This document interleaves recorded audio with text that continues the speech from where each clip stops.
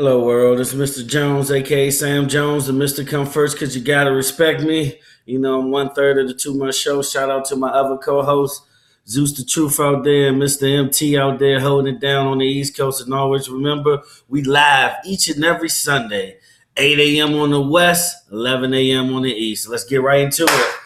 Back to my top 5 Dead or Alive gaming series, man.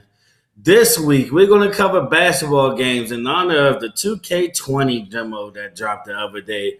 Be on here on the lookout very soon. I'm going to give my review on that demo and that game itself in the following upcoming days. Now, let's get right into it. Honorable mentions. I got 2 of them. One is the end of an era.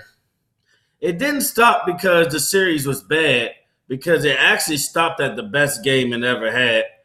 It stopped because it's an issue and it's a problem with this sport in particular today, and that's NCAA college basketball. Pay them. Pay them. They're the most corrupt sport ever, but we're not going to get into it. NCAA basketball 10 is an honorable mention. Let me tell you, it was the only game that you could really pick what commentation and presentation style you want. It had dual licenses from CBS Sports, also ESPN as well.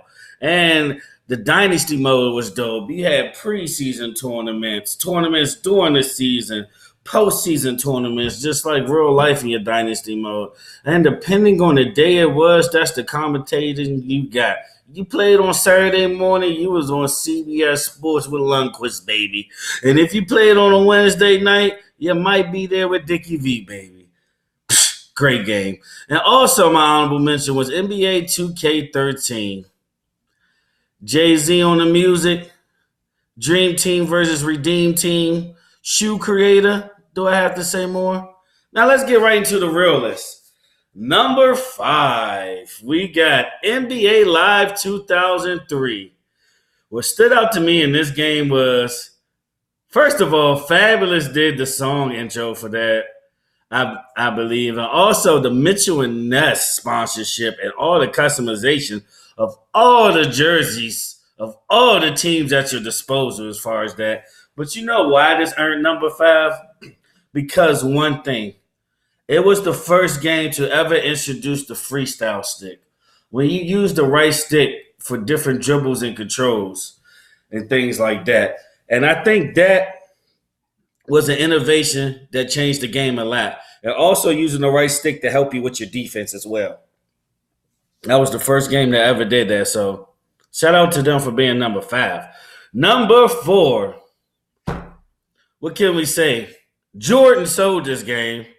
It was the first game Jordan was on since retirement. Everybody remembered the Jordan mode and all the great teams because of Jordan. NBA 2K11. Let's get in there. First and foremost, why I choose this game as number 4 is the ambition it had and the detail it paid attention to. As far as remember when you played against the 86, 87 Celtics on Jordan mode, when you had that grainy TV and television appearance looking like you was playing on CBS back in the day? And then you fast forward to play the 97, 98 Utah Jazz, and it really had that grainy little picture, and it looked like you was on freaking NBA on NBC. Do you remember that and how much detail it paid attention to offensive play callings and everything? They ran the real fucking Phil Jackson triangle on that game. And it was kind of like the first year they ever went with the teams, great teams in particular, too, in a while, since the old 2K2 or something like that. And also with 2K11, I remember the AI being very, very, well, I can say very, very. The AI was actually pretty good. But the reason why this game wasn't high on my list, because I do think it was the best 2K11, is because nobody on earth could not stop the damn spin dunk animation. It made them look stupid every time. I made Andre Iguodala a 50-point-a-night scorer because of that. Case closed. Number 3. This is going to be a number 1 on everybody's list that's over 35. Let's keep it real. Oh my God, how great this game was. And you know what made this game so great? You didn't even have to be an NBA fan to enjoy this game.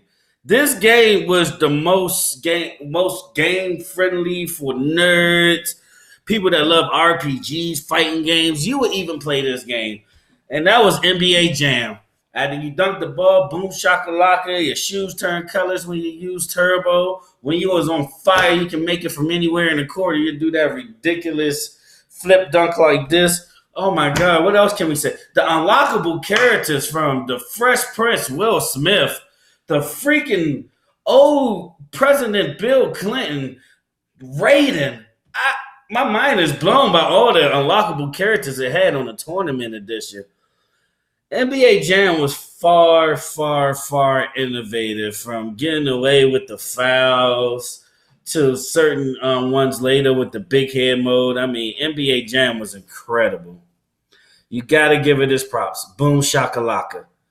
Number two. What made this so hard for me to pick between number two and what I got ultimately as number one as the GOAT basketball game of all time was this game in my life brought me closer to pretty much my brothers out there. And I remember when me and particular one of my co-hosts out there, MT, used to play this all-star game in this dunk contest for hours on end. It was me, MT, my homie out there, Brandon. Salute to you. We used to play that all-star dunk contest for hours, the three-point contest for hours. You didn't even have to play a regular game. I don't even know how many people even played the season or dynasty mode. I mean, not dynasty, but franchise mode on there. I mean, the signature style of each and every player on there, from if they had an icon and, for example, you held L2 and square when you was going in the lane and you had somebody like Amari Stoudemire or even a young LeBron, he'd jump right over your head. Like, the freestyle ability on there was amazing. The gameplay was pretty good. I mean, but All-Star Weekend, that dunk contest was head and shoulders above it all, man. Remember throwing it off the backboard, 360 windmill. I mean, a lot of the dunks you see today from like Zach LaVine and Aaron Gordon and all of these freak athletes today, you first seen them on Live 05. The 720 dunk, the 540 dunk. That's all I got to say. And number one, the GOAT, as they would say in WWE and WrestleMania back in the day, the granddaddy of them all, NBA Street Volume 2. The fun we had in that game. The moves we had on that game. The players we had on that game. Everything about that game just screams fun and perfection. And what made that game great is, even when you was a serious gamer, as far as, simulation games and everything with basketball, you still found a way to appreciate and enjoy this game. Even by learning the different combos and dribbling scheme, trying to make your person fall, look a fool, throw the ball off the head twice off the backboard between the legs combo or something like that. That's what made that game great. That game didn't take itself serious, but everybody took that game serious. That's what made that game second to none. I mean, personally to me, it's number one because I think I spent the most time of my life on a basketball game with that game because all the unlockables and stuff it had.